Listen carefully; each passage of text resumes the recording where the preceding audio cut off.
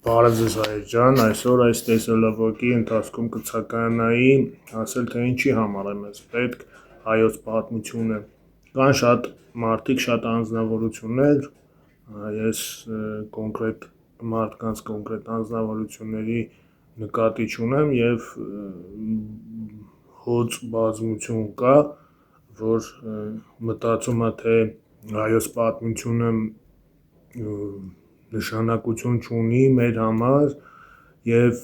մենք պետք է ապրենք ներկայով, այդ մտածելակերպի տեր մարդկանց համար ասեմ, որ դուք չարաչար սխալվում եք, քանի որ երբ որ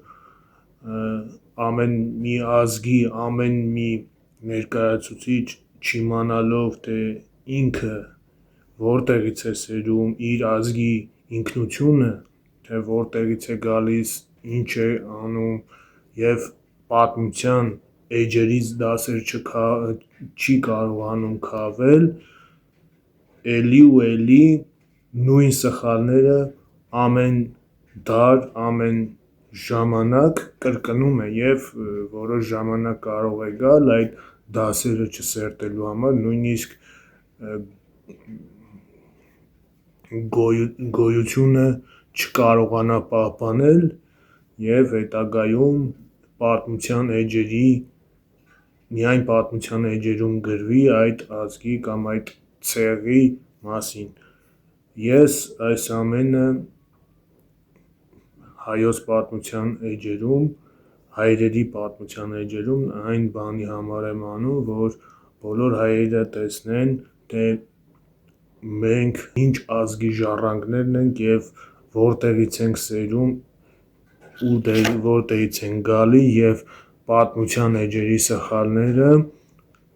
պետք է տեսնել եւ այդ սխալները պետք է աշխատել չկրկնել։ Այդ պատճառով ես ձեռնարկել եմ այս գործունեությունը, ես ուսումնասիրել եմ հայոց պատմության ակունքները եւ ունեմ հայ ազգի ժառանգության գաղափարը եւ կրում եմ այդ գաղափարը, դրա հիման վրա ես հիմնականում այժմ այս պատմական էջի գործունեությունն եմ վարում եւ ցանկանում եմ ավելի ընդլայնել հետագայում, եթե ավելի ինչ-որ գործունեություն ստեղծվի, ես հանրությանը կհայտնեմ եւ կխոսեմ այդ թեմայի շուրջ։ Նշեմ, որ յուրաքանչյուր ժողովրդի պատմության ձեռնարկները նախ եւ առաջ անցյալի դասագրքերը եւ ապագայի ուղեցույցն է տվյալ ժողովրդի համար եւ երբ որ դուք ընթերցում եք մի պատմություն կամ մի գրքի ինչ-որ գրած օրինակի համար ես Պապ թագավորի մասին պատմեցի, որպեսզի մարդիկ տեսնեն, թե Պապ թագավորը ինչ է արել, ինչ գործունեություն է վարել եւ այդ գործունեության համար գնահատեն Պապ թագավորին եւ տեսնեն ինչերի է հասել Պապ թագավորը այդ գործունեության համար եւ ինչ սխալներ է արել իր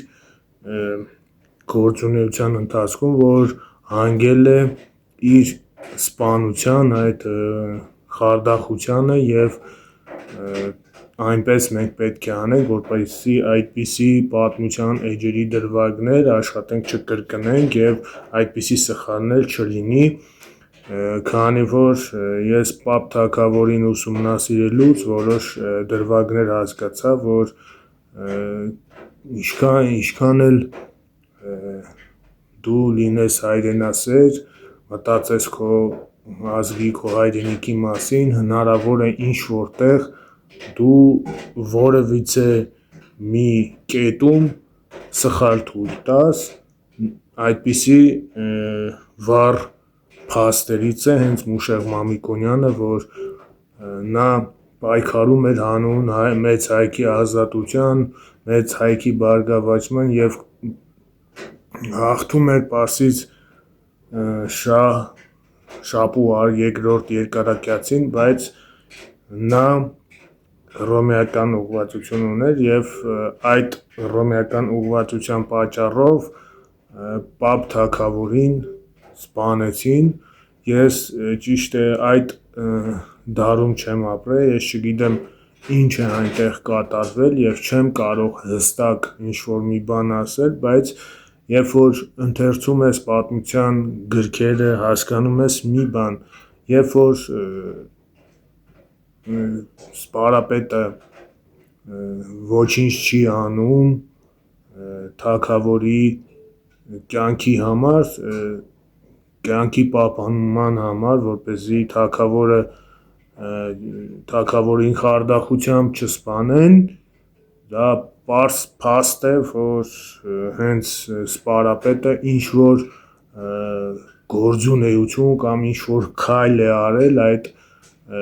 դրվագի միտվածի ինչ-որ բան եղել է, քանի որ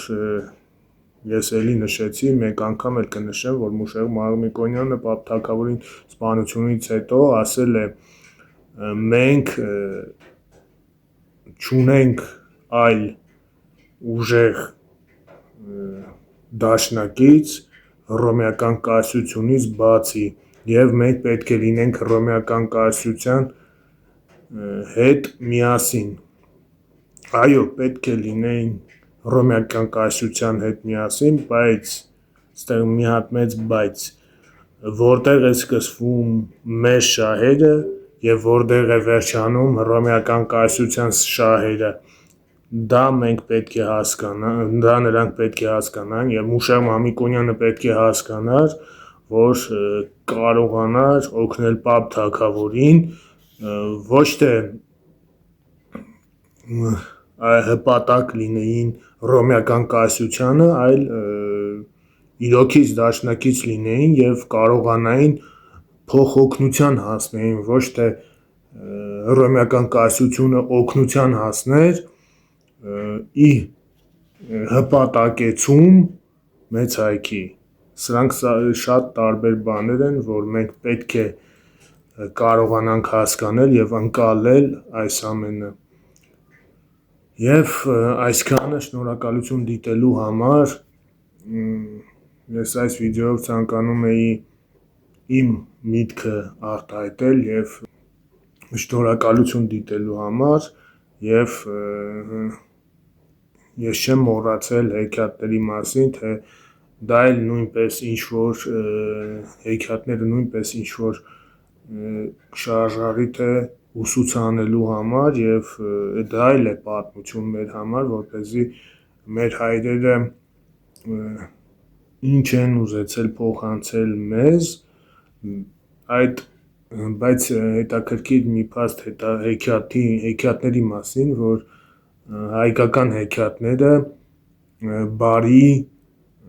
ու միշտ լինում են հաց ուտելու, սեղան նստելու, սենց ինչ-որ առիթներ են լինում, ոչ թե մարդակերության, ոչ թե սպանության, այլ այդպիսի բարի դիտվածների համար են եղել մեր հայկական հեքիաթները,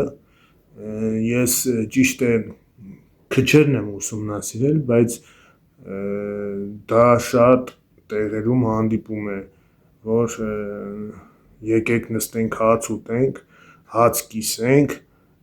սենց ինչ-որ մի բաներ եւ այսքանը, շնորհակալություն դիտելու համար, մինչ նոր հետաքրքիր հայ պատմություններ հայ ազգի մասին։